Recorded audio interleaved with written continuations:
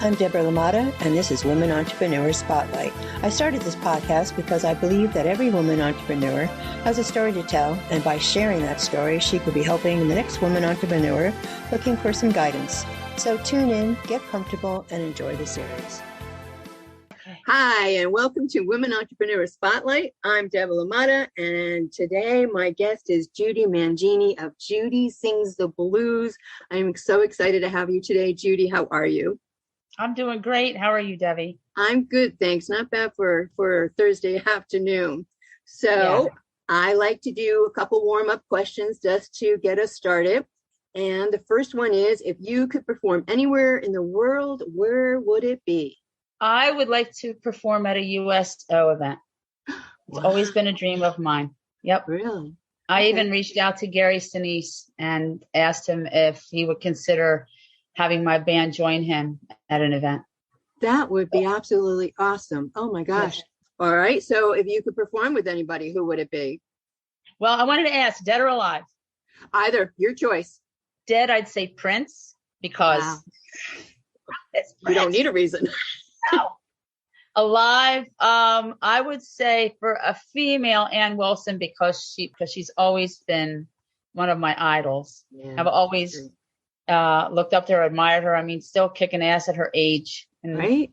She's older than me, and I'm 62 and a half. I'll be 63 in January. You're awesome. And Joe Bonamassa for a male, because he could just play guitar for me and have his orchestra do his thing, and then I would be singing like he does with Beth Hart. Hi, Joe. Oh my! Give me a Judy here. Give me a shot, dude. That's right. All right. So, who is Judy when you're not singing? I'm a retired realtor and I'm a domestic goddess. People think rock stars, man. No, I'm down on my knees scrubbing around the bottom of the toilet too. Somebody's got to do it around here. Oh my gosh. And you had mentioned, we had a phone call a week and a half ago. You have your family that you raised. You also you were a real estate agent, and then you started your music career. Why did you choose that path? Well, I've always wanted to do music. I never wanted to be a nurse or a teacher. Since I was a little girl, I always wanted to sing. And I started writing poems when I was in junior high school, I guess, maybe fifth grade, then into junior high school. And then before I got into high school, I started writing music with my brother. So I always wanted to sing. I always wanted to perform. It's the only thing I ever wanted to do. And instead, I got married at 19 and had kids right away, 20 and 21. So I did try. I mean, I didn't give it up, but I was in a band. We'd play till 2:00 in the morning, and I'd be getting in 1 or 2 in the morning, getting in at 2 or 3 in the morning. And I have 2 kids, 15 months apart. Wow. And and they were 2 or 3 years old, and, coming in that late and getting up at 6:30. Yeah, it wasn't copacetic. I couldn't do it. And I had a decision to make. So it was my kids, it was my family. And I admire women that can do both. I admire women that have the strength to leave their family and fulfill their dream, while everybody else was fulfilling theirs. I was dreaming about it. And I finally got the opportunity at 50 years old. And I was in a classic rock band. When we moved down here, a friend of mine told me about her boyfriend's brother's band needing a vocalist. So I sang with them for 2.5 years, and I wanted to do more blues, because when I sing blues, people would react to it. Wow. Because I feel it.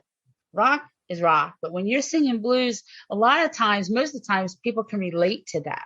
We've all had it for one reason or another. So, that it just didn't work out for me. And I was also doing a radio gig as a realtor. I was getting up at 5:00 I was getting up at 4:00 in the morning to be there at 5:30. And then it was a talk radio. I got paid to give my opinion. Woohoo! That was a great gig, but the hours weren't good for the same reason. Now, I'm getting up at 4 in the morning for a job and coming in at 2 in the morning sometimes, but that's always been my dream. So the radio gig, I was still a realtor, and I could work around my hours as a realtor with the band. I live at the beach. It's a resort area down here. And some of the attitudes of the people down here are, it made me not like it anymore. And it just wasn't worth the frustration and the aggravation. And my husband said, just retire. So I started concentrating right with my music. And I was a lot happier in doing that. So I left the other band started my project 10 years ago, and the rest is history. I have been reading reviews and your interviews also, and your well, first I want to say your voice is amazing. Your band is awesome, and you just seem to like, you know, meld together like fine wine.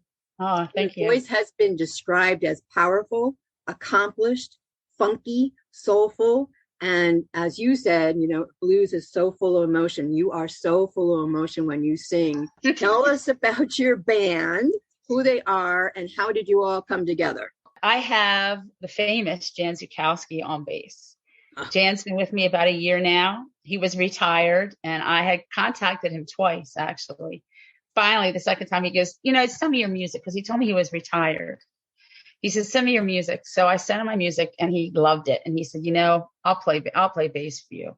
Now, Jan played for the Nighthawks for 30 years. Wow. And they were well known in the Baltimore area and Annapolis area. And they were a regional band, but they were kind of all over the country. They toured, but they were well known. He also shared the stage with George Thorogood at Live Aid. Wow. He's also been in the studio with Jimi Hendrix. He's also been on the stage with Albert Collins, and he's played with Muddy Waters. And I teased him. I said, I think you've played with everybody but Jesus, because I said, I'm just in awe when he tells stories. I'm just blown away, because I was raising kids. I lost out on all those opportunities. So when I listen to other musicians talk about that, I'm envious, but I'm so happy for them that they got that opportunity, because not everybody does. Right. But, so when I started introducing him, I would tell the audience all those things. And I said, now he's slumming with me, but I changed it up. Now I say he saved the best for last. That's it. Absolutely. Oh my gosh. And I've listened to him too on your songs, and he's just unbelievable. Oh my gosh. Yeah. Well, on the videos, he's on this. I have Chuck Hearn. I have Chuck Hearn on my CD. I have Chuck Hearn on bass, and he is one funky badass player. Oh my God. Yeah, your band is great. He is good. He is good, Yeah. and he's playing guitar for me here and there sometimes. He's actually a really good guitar player. Oh my gosh. But currently with my band, I have Jan Zukowski. I have Ray Lombardo on the drums. I have to say his last name when I introduce him. I have to say it like that. He played with the Admirals for 20 years, and he was in the Annapolis area too. He also played with the Army Jazz Band, and he did that for 3 years. And but he's been playing probably all his life, and he's probably one of the best drummers that I've had. Wow. And he's guitar players. They're my steady players. I have been through a couple guitar players, and my favorite guitar player is Lynn Doughton. Doughton played on both of my CDs, and he is my soul guitar player. I tell him that to his face. And I mean that, because the very first time, one of the questions you asked was a special moment. Mm-hmm. And one of the special moments that I had was when I played at the Blue Earl Brewery in Smyrna, Delaware. Right. They have a blues jam the third Sunday of every month. And I got called up on stage, and there was, a bunch of professional players up there. And I got called up, and Lynn was one of the guitar players. Tim Perks was the other. And we did I'd Rather Go Blind. And Debbie, I'm not saying this because I was a part of it. I'm saying this because everybody that was there that day would agree. And it's on my YouTube page. That was a magic moment for me. Right. And that is when I knew that I needed to play music with Lynn Doughton, because there is a definite chemistry musically between him and I. When I had 3 songs that I had never worked on with the band that I needed to get on the CD, and they hadn't even come out of my head yet. So he came over to the house, and within an hour and a half, we had all 3 songs done and kind of structured the way that I wanted them, because he just knows, he reads me musically. And I'm thrilled every time I get to share the stage. He's in 2 other projects. He works full time. I hate asking him, but I told him, you're always going to be my first pick. So he knows it. But he's been playing a long time. He plays with the Teletones. He plays with Spike Bryant Blues Band. And him and his wife, Rosie, I love Rosie to death. They both live in Smyrna. They're wonderful people. And then I have Joe Lessort. Joe Lessort plays guitar for me sometimes. He will be joining me. Okay. He's also the one who recorded my CD. He was my producer and recording engineer, and guided me and gave me some suggestions, which I used. because I trusted him, and he is an amazing producer and recording engineer, and his business is Teletone Studios in the Rehoboth Beach. And I recommend him to anybody who's considering doing a CD because he does an amazing job, and he's patient. Wow. To work with me, you need to be patient. I'm a girl. I could change my mind, That's right. Absolutely. And then, of course, I have Chuck Hearn. He's been playing a couple gigs for me, too. But he lives 3 hours away. So it's a long journey to come to my house to rehearse, but he doesn't seem to mind. We'll see how long he doesn't mind. And then every once in a while, I can get my hooks into Joey Fulkerson. And now Joey Fulkerson is probably the most talented musician I've ever met or seen in my life. And we are blessed to have that man in our area. And I recommend anybody who gets to see him, go see him. And as I'm getting to, do my searches on blues and local music artists, your name keeps popping up. Oh, I'm sorry. I'm like, she is it took all me over the 10 place. years. It took me 10 years. Absolutely. But not only that, but your name is popping up on the charts. Your songs are coming up on the charts. You are moving up on the charts. Yeah, but I am on the Roots Music Report, and I've been on there for 8 weeks, and I'm going to look again Monday to see if it's 9 weeks, and that's for Delaware artists. I've been sharing it on Facebook because I'm excited. I've worked hard at it. It's awkward too. Yeah, it's I never would have thought this would have happened for me ever. I started doing this. I was 52 years old when I started this band. 52. Wow. And it's a blues band. So I never expected anything to happen except go out and play my music. And when I started my project, I was told by a really good, smart, professional guy, to make a name for yourself, you got to start playing covers. I said, I don't want to play covers. I want to play my music. And he goes, well, then it's going to take you a long time. And I said, well, then it'll take me a long time. If I'm going to learn music, I want to learn my own. I don't want to learn somebody else's. I want to be true. I want to be a true artist to myself, and I want to play my own music. And that's the way I've done it. I throw covers in, but no, it's not top 40 covers. No. And you are following your passion and your heart and your desire of what you had in mind all those years, when you first started out. And good for you. I mean, a lot of people would have said, all right, I'll do the covers. I'll do it your way. You have made a success of it. Absolutely made a success of it. You light up when you talk about your music and the passion and your band and everything that you've worked hard for it, up to this point. So kudos to you. Absolutely. So at what age did you get the bug for singing? When did you kind of realize it was definitely in your blood and you wanted to do it? Well, really around 10 years old, I guess. I mean, I sang when I was a little girl, but I really started when I started really listening to music. And back then it was disco. And at 12 years old, I started singing in talent shows and family events. When I was 16, my brother's best friend, Bill Kinser, him and we started playing in a band, and it was country music. And then, like I said, I got married at 19 and, had my first at 20. And then I was 52 when I started again. And so who influenced your style of singing? Well, growing up in a house full of country, and I still, even though I'm not a fan of country music now, Linda Ronstadt is always going to be one of my favorite female vocalists. The power and the strength that Ann Wilson has. I utilize both of those very different vocals for my own, so I could do any kind of music. As a music artist, do you feel that the music streaming has hindered or helped the music industry? When I read that question, I said, oh, that's a good one. I mean, obviously it helps the artist because there's so many different platforms out there through the internet now that our music can be shared. Back in my day, you had to go to the store and buy a record. It's totally, you can just get it out of the air now. It's my music. I wrote it. I created it. I gave birth to it, but I'm getting pittance from it. The streaming services like Spotify and Pandora, YouTube, Amazon, all of them are getting the big bucks, as well as, the ASCAP and BMI, the organizations that are protecting the artists. Right. They're the ones who are getting the money. That has to change.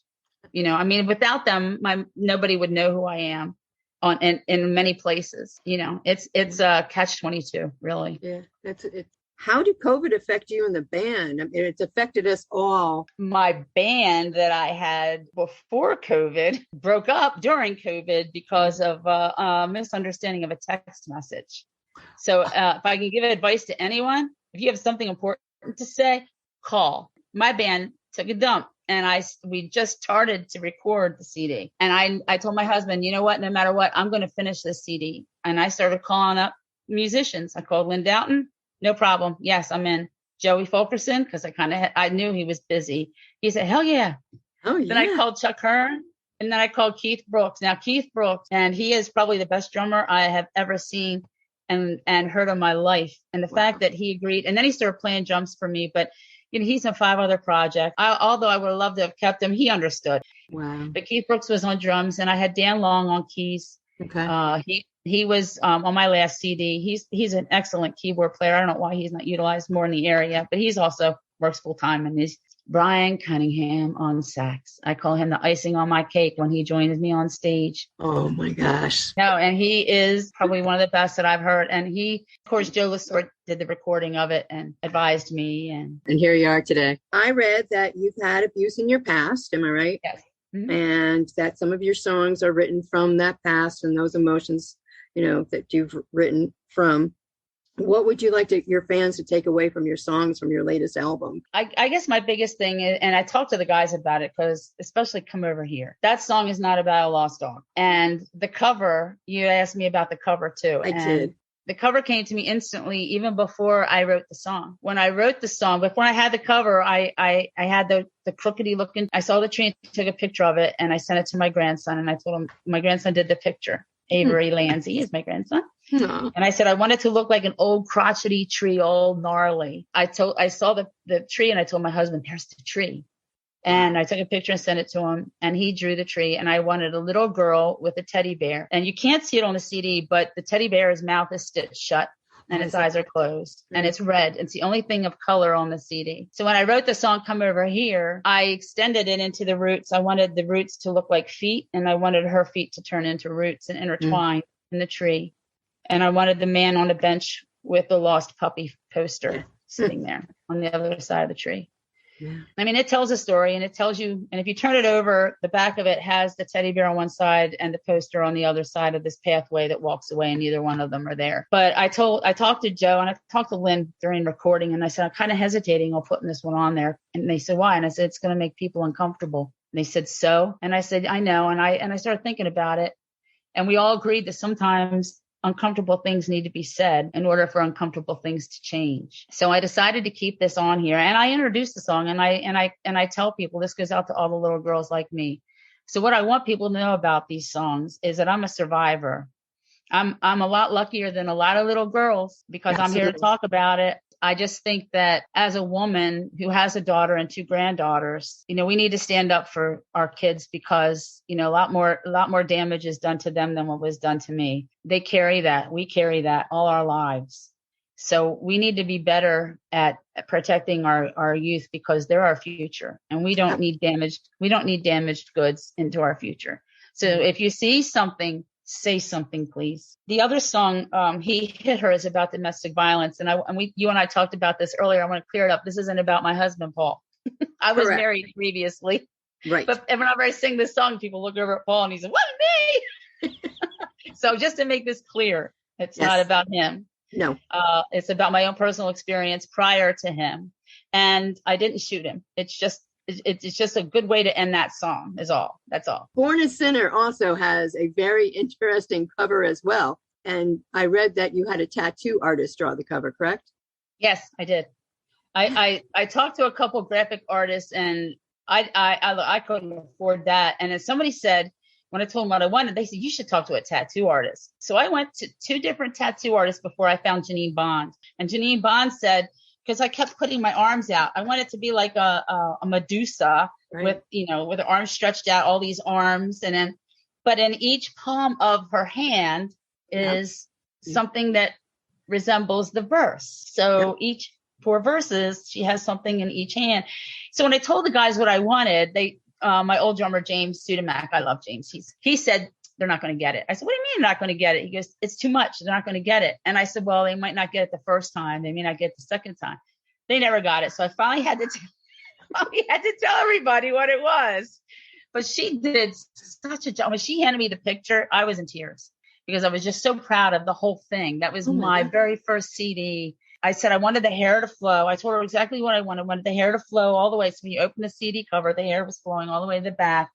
And she had everything in each palm.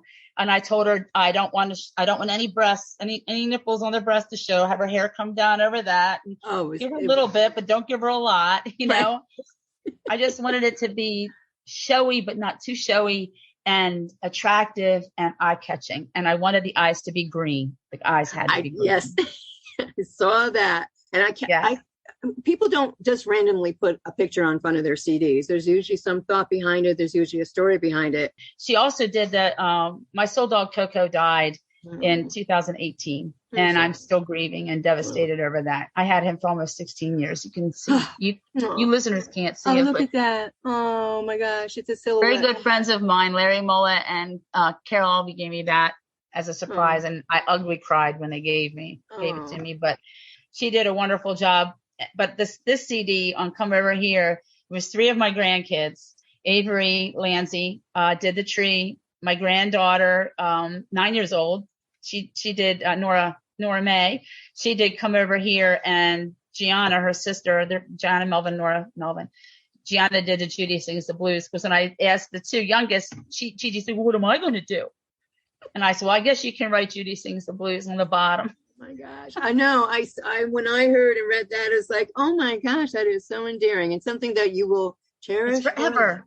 Avery tried to do my other one, and I have that framed on the wall too because it was cool the way he did it. I mean, he was young then. That's awesome. You know, but it was really cool the way he did it. That's awesome. Yeah. Who manages your band in the business? Me, myself. You do yourself, and I do. It's a lot of work. It's a lot of work.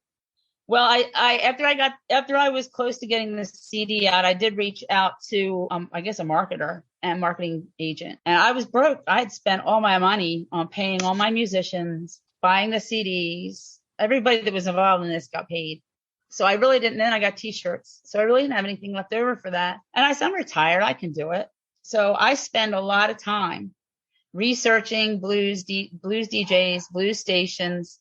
And I was contacting them by email or Facebook Messenger or going to the websites, driving back and forth to the post office. I spend a lot of time on that. They're not knocking at my door. Yeah, and, you know, I haven't had all the support that I expected to have in this business. Right. I'll say that. Okay. So, but what I will say, because I was told one time that not everybody is happy about my success. And I said, you know what? I'm doing this. If they're not getting the same success, that's on them. I am busting my ass. I spent all my time promoting my business, me, myself, and I am my publicist. I am my manager. I am my marketer. I am my promoter. I haven't hired anybody. So all I can tell you is you can do it too. Absolutely. I'll leave it. If you're not willing to invest time in it, then don't bother. Absolutely. And it doesn't happen overnight. They're not going to knock on your door. You can sit there on your couch and watch TV and wait, but it's not going to happen. No, it's not. So I know you do use Facebook. Do you do Instagram? Or just strictly Facebook? Word of mouth, obviously. You call everybody. I'm old school, yeah. Old school. I'll text. I use Facebook. Okay. I use YouTube. You know, and I that's really the only social media that I use. I don't even know if YouTube is considered that, but I don't tweet. Yeah, I don't use Instagram. Okay. And I was told, I had one young girl wanted to buy my CD at Bethany Blues in Lewis. I love that place. And she comes up, she goes, do you have Cash App? I'm like, what's that? She said, oh, so I'm going to buy one of your CDs. And I said, well, I take cash. And I said, I don't do any of that. I should have said I have PayPal, but because I could have taken PayPal. I said, go on my website and buy one and I'll mail it to you. Oh, there you go. Does writing your songs come easy to you? I know that, like I've said, you know, it's all comes from your past experiences. And He Hit Her and Come Over Here and 47 Feet. And I guess I was wrong. They kind of tell a little bit of a story. 47 Feet, to be honest with you, is about the music business. Okay. He Hit Her, we discussed. Come Over Here, we discussed. Equal is the way I ended the CD. And Equal, I dedicate that to all the women in the audience because that tells a story in itself. Right. You know, look into my eyes. I came from your ribs, not, you got to treat me like an equal. Quit looking down your nose. I came from your ribs, not from your toes. Sometimes your servitude really shows. That could be, you know, that's from my life experiences too. Right. Right. And I guess I was wrong is about relationships, very personal relationships. Right. Albert Castiglia joined me on that one. He played guitar and did backup. And then I said, can you do backup vocals? He goes, oh, sure. Why not? Victor Wainwright did the keyboards on Junk and Trunk, second tune. That's about my husband and my best friend. Some of the songs are life related, and other ones, usually I write these songs in the shower when I don't have my phone available so I can hurry up and sing into it to remind myself before I forget by the time I get out and get dressed, or when I'm cleaning, because my mind isn't really focused on anything in particular. It's and a lot of people say that. Yeah, a lot of people say that about the cleaning part. If they're in a creative industry, they have said doing something kind of mindless opens up your mind, like you said. Dumb job. I call it a dumb job. Yeah, it comes flowing through. Absolutely. It's weird, isn't it? Who are your biggest supporters, past or present? Oh, my biggest supporter is my husband. And like I said, I wouldn't be able to do this without him. There are days that I know he's probably about tired of it, but he hears all the complaints. I've had to replace musicians, and it's not fun. Every time I've had to replace a musician, I have to start over because they have to learn my music. I don't play top 40 stuff. I'm not a cover band. So it's a lot of work on them. Right. But dealing with the guys that I have now, true professionals, it's so easy. And I think that's why we sound like fine wine to you. Yes, absolutely. Because there's no drama. Everybody did their homework. Everybody knows the songs. They come in prepared. This is practice at home. It's rehearsal here. So I'm relaxed now. What's the craziest thing that's happened during a performance? The craziest thing that ever happened to me, I think it was the first time that I ever played the St. George's Country Store. The guy in the back collapsed on the floor. We had to call an ambulance. Oh my gosh. My most memorable event would be a venue owner gave me a standing ovation at the end of one of the songs that I did. Coming from somebody who sees some of the best acts walk through his door, that meant a lot to me. That he thought that much to hoot and holler and give me a standing ovation. Oh wow!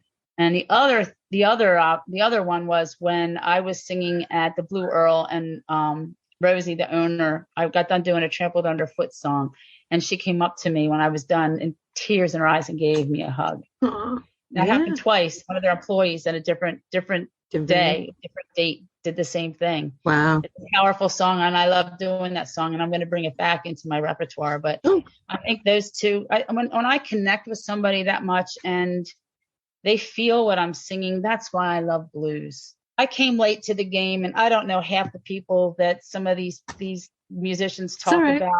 I don't. And, I try to do as much research, and I kind of feel I don't belong sometimes, it's an odd feeling to get this kind of recognition. And at the same time feel like, who the hell do you think you are? Who the hell does she think she is? Yeah.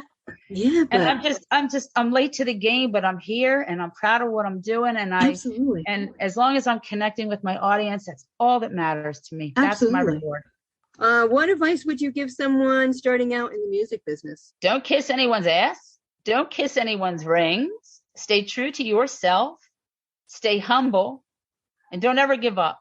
You know how many times I want to throw in the towel? Every time a guitar player quit. That's it. I'm done. How much can we get for this PA system? And Lynn Doughton's been the one in my ear saying, you can't quit. You're not going to quit. I won't let you. You got a long road ahead of you, sister. Well, I'm like I said, I'm older and I'm limiting my gigs. I only play blues venues, festivals, special events like Parks and Recreation, places like that. We've done a wedding before, which was great. I love doing that. But that's staying true to myself too, because I'm going to stay with the venues that have patrons that want to hear blues. I have Bethany Blues on October 7th. We'll be there 8:30 to 11. I will be at Krabby Dick's October 8th. I will be at Dogfish Head for the Jazz Fest October 14th in Rehoboth. Nice. And after that, you can check my website, judysingstheblues.com, and Facebook, Judy Sings the Blues. Okay. And is that the best way to get in contact with you if somebody wants to book you? My contact is on there. You can get, it's usually through email, my cell phone. It's all public. So you can reach me either through my cell phone or through my website or messenger on Facebook. Okay. Awesome. Is there anything else you would like to share before we wrap this up with our listeners? Well, I want to thank you for reaching out to me, giving me this opportunity for an interview. Because without people like you and my DJs out there who are still playing my music, and I'm not Shamika Copeland or Danielle, Nicole Band, and Samantha Fish, Beth Hart. I'm just Judy from the block is the way I feel. And the fact that they're still playing my music 5 months after my CD was released, that means a lot to me. That's awesome. But more importantly, like I said, I couldn't have done this without my husband and my family, because they give up weekends when I gig. And that's really the reason I'm only going to do limited. I want to go out and enjoy the summer with my family when they come down. And I want to go up and visit my family. I have grandkids now and great grandkids, believe it or not. So, I don't want to gig every weekend. And I'm limiting myself to blues venues and special events. It works out perfectly for, for all of us. Right. But more importantly, I have to thank my fans, because without them supporting me and loving me and showing up for these 10 years, I wouldn't be me. There would be no reason for me to be me. So I couldn't have done this without any of them. And two of the biggest one of the questions you asked was my biggest supporters, and I mentioned my husband. But I have to say that everybody knows him as Sidney Adams. We know him as Dave Adams. He's my husband's lifelong best friend. He's been to almost every gig of mine. Wow. And Mojo is another one. Mojo, Joe Renahan. He's been to, he's new here. He's been here for about 3 or 4 years now. And he's one of my biggest fans. So I think he's on the CD. I dedicated it to him too. Judy Mangini of Judy Sings the Blues. I appreciate you. Thank you so much for doing this with me. And I look forward to seeing your songs top the charts here and maybe in Europe. We can always dream. Never give up on your dreams. Ever. Never. And always keep going. All right, Judy, It's been a pleasure. Thank you. Thank you, Debbie. Be safe. You also. Thank you for listening to Woman Entrepreneur Spotlight. I hope you've enjoyed this episode. For updates on my next interview, follow me on Facebook at Woman Entrepreneur Spotlight. Until then, keep being awesome.